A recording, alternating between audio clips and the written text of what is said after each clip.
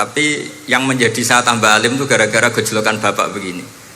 Hak dhisik ana wong imami saking semangate ngapalno hal ataka hadisul ghasyiyah.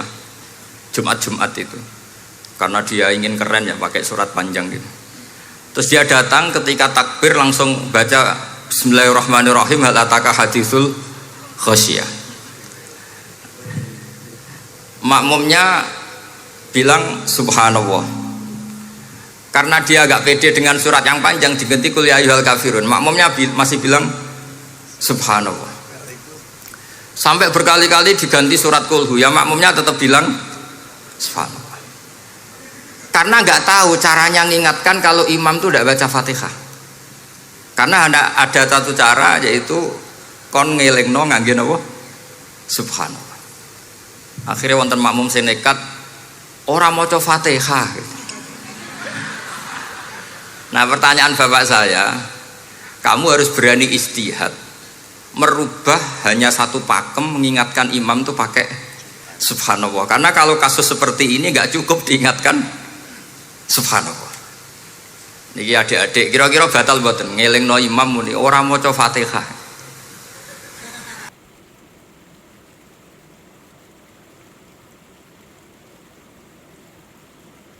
Assalamualaikum warahmatullahi wabarakatuh.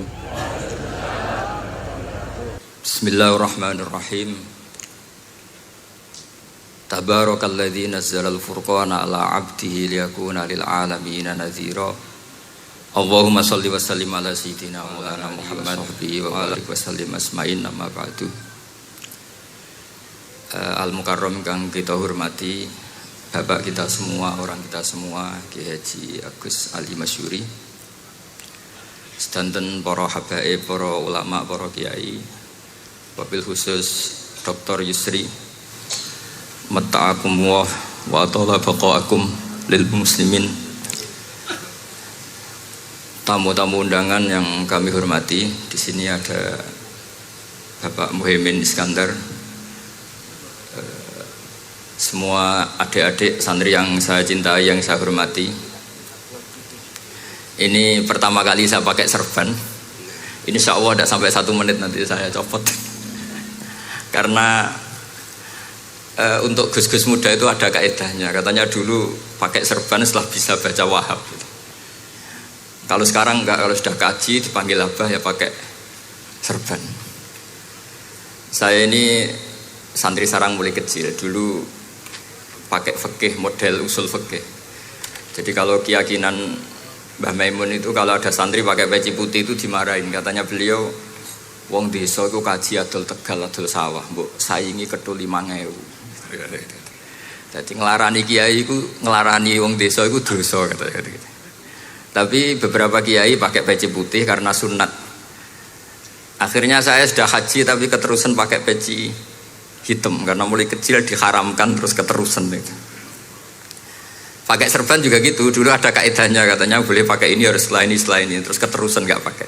Tapi ini alhamdulillah dikasih sama Gus Ali ini saya terima. Nah ini i'arah apa tamlik tidak tahu. Teman-teman bahasa Indonesia Jawa bahasa Inggris benar.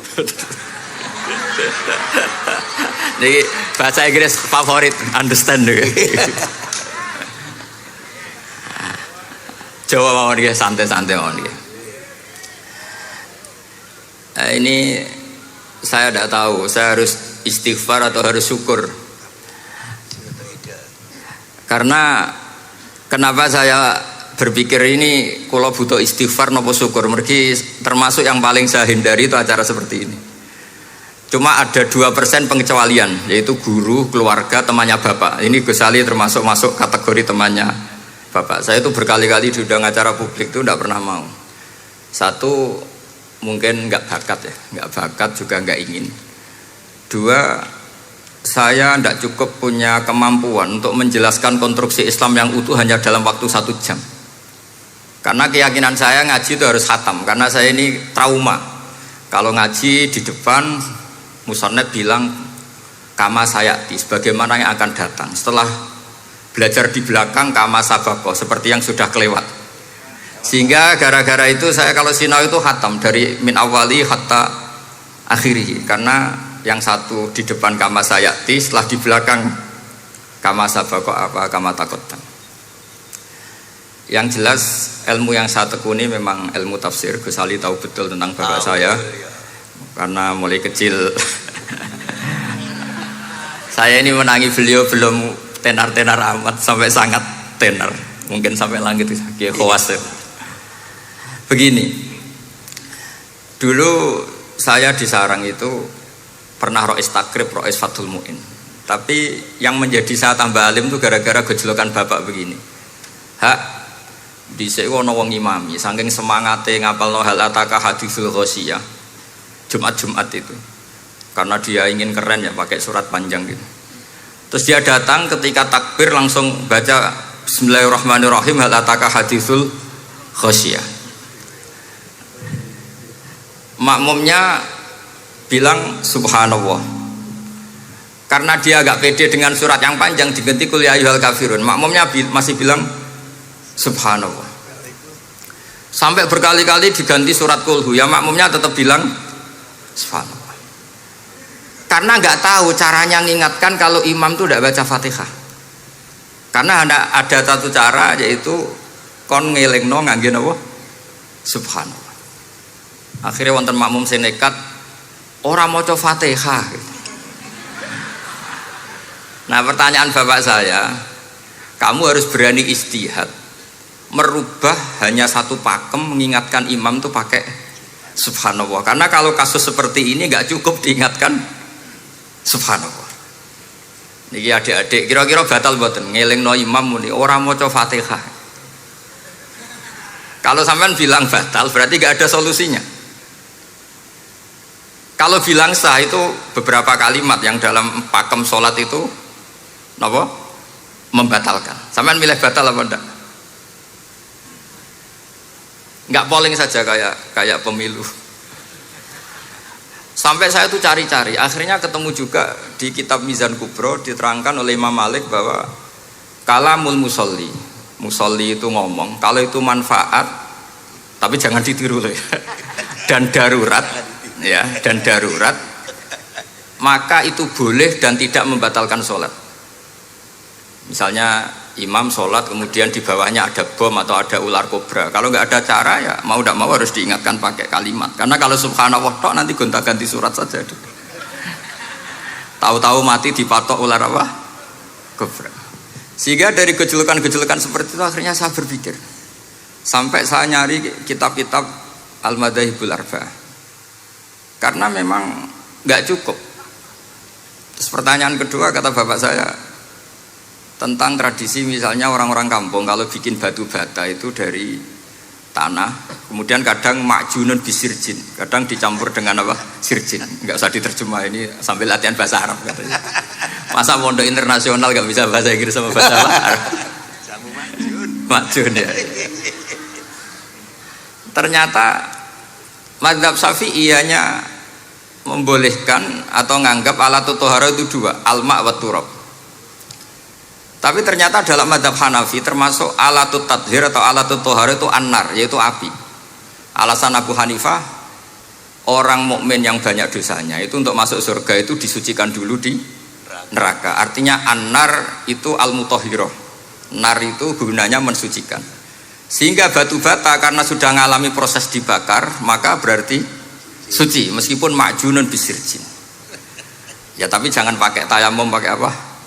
Nah, jadi kalau anda mandi junub atau nggak punya wudhu, kalau nggak ada turab sama apa air, ada solusinya yaitu wudhu pakai nar. Tapi itu jelas haram itu kalau itu, karena nggak mungkin nggak ada turab, itu nggak mungkin. Sehingga ini penting, gejolokan-gejolokan para ulama, para guru ini penting, karena ternyata para nabi itu menjadi pinter itu ya karena digojlok pangeran. Saya punya sekian contoh di kitab-kitab para wali. Ketika datang malakul mauti ke Nabi Ibrahim dan akan mengambil nyawanya, itu Nabi Ibrahim tangklek, kowe sapa? Aku malaikat. Ono apa? Ditugasno pangeran mencabut nyawa Anda. Terus kata Nabi Ibrahim, apa kamu tahu saya ini siapa? Ya tahu, Anda Khalilur Rahman, kamu kekasih Allah. Terus kata Nabi Ibrahim, hal ra'aita habiban yumitu habibah, masa ada kekasih membunuh yang dikasih? Pasti Anda salah. Ya karena malaikat nggak pernah ngaji di sini, di progresif ini. Dia tidak bisa jawab. Akhirnya niki kalau pamit niki kalau sembuh niki cekap. Nggih cekap. Bingung, mboten kulino nih bingung niki. Akhirnya malaikatnya matur malih teng pangeran. Ya Allah, kata Nabi Ibrahim logikanya begini, wa hal ra'aita habiban yumitu habibah. Mosok kekasih kok dipateni kekasih. Terus kata Allah gini, ya sudah bilang gini sama Nabi Ibrahim, sama Ibrahim. Wa hal ra'aita habiban yakrahu ayyalqa habibah. Mosok kekasih kok ora siap ketemu sing dikasih. Akhirnya Israel datang lagi. Balik mana? Gini logikanya dibalik sekarang begini gitu. Wa hal ra'aita habiban yakrahu ayyalqa habibah. Terus Ibrahim bilang oke ya enggak masalah sudah. Artinya apa? Kita ini diajari satu logika. Logika apa saja? Ini Allah. Sehingga ya memang normalnya hidup tuh cerdas. Kata Ghazali cerdas nyikapi apa? Realitas.